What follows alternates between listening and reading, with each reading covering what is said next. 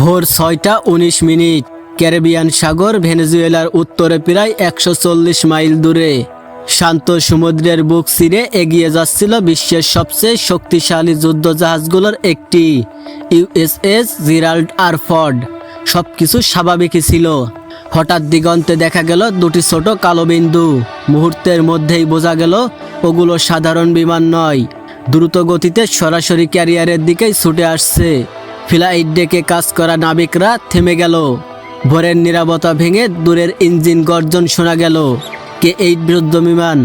কিছু সেকেন্ড পর কুয়াশা ভেদ করে সমুদ্রের উপর মাত্র ২০০০ ফিট উচ্চতায় হাজির হলো দুটি ভেনেজুয়েলার K-8 যুদ্ধ বিমান।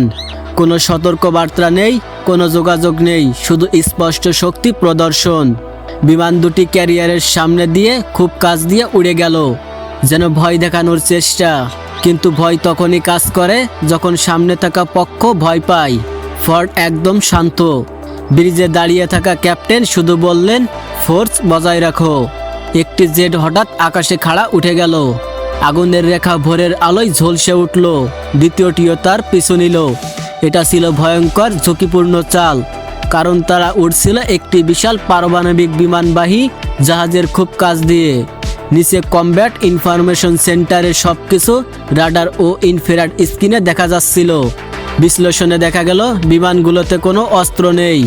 এটা হামলা নয়, এটা ছিল শক্তি দেখানোর নাটক। কিন্তু সমুদ্রে এমন খেলা বিপজ্জনক। একটি ছোট ভুলই বড় আন্তর্জাতিক সংকট তৈরি করতে পারে। ৬২১ পার ঘন্টায় জেটগুলো ফিরে যেতে শুরু করলো। মনে হচ্ছিল সব শেষ, কিন্তু ঠিক ২ মিনিট পর রাডারে নতুন সংকেত ধরা পড়ল। আরেক জোড়া বিমান, এখন ৪টি যুদ্ধ বিমান সরাসরি ফোর্ড স্ট্রাইক গ্রুপের দিকে আসছে। কোনো পরিচয় সংকেত নেই, রেডিও কলের উত্তর নেই। সাথে সাথে প্রস্তুত করা হলো ২টি F/A-18 সুপার হর্নেট। ক্যাটাপল্ট থেকে গর্জন তুলে তারা আকাশে ছুটে গেল।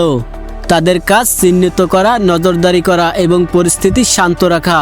কিন্তু ফোর্ড ১ ইঞ্চিও ঘুরল না। নৌবাহিনীর পুরনো নীতি, শুধু ভয় দেখালে আমরা পথ বদলাই না। ১৫,০০০ ফিট উচ্চতায় আমেরিকান পাইলটরা ৪টি ভেনেজুয়েলার জেট শনাক্ত করলো। রেডিওতে সতর্ক বার্তা দেওয়া হলো। উত্তরে এলো কঠিন কণ্ঠ, আপনারাই আমাদের আকাশসীমা লঙ্ঘন করেছেন। এরপর শুরু হলো বিপজ্জনক খেলা। জেটগুলো খুব কাছ দিয়ে উড়তে লাগলো। একবার তো সংঘর্ষ সতর্ক পর্যন্ত বেজে উঠল। সবাই বুঝে গেল এটা দুর্ঘটনা নয়, ইচ্ছাকৃত চাপ সৃষ্টি। হঠাৎ একটি জেট উল্টো হয়ে সরাসরি ক্যারিয়ারের দিকে ড্রাইভ দিল। জাহাজের স্বয়ংক্রিয় প্রতিরক্ষা কামান লক্ষ্য ধরে ফেলল, কিন্তু আদেশ ছিল একটাই, স্ট্যান্ড বাই। কোনো গুলি নয়।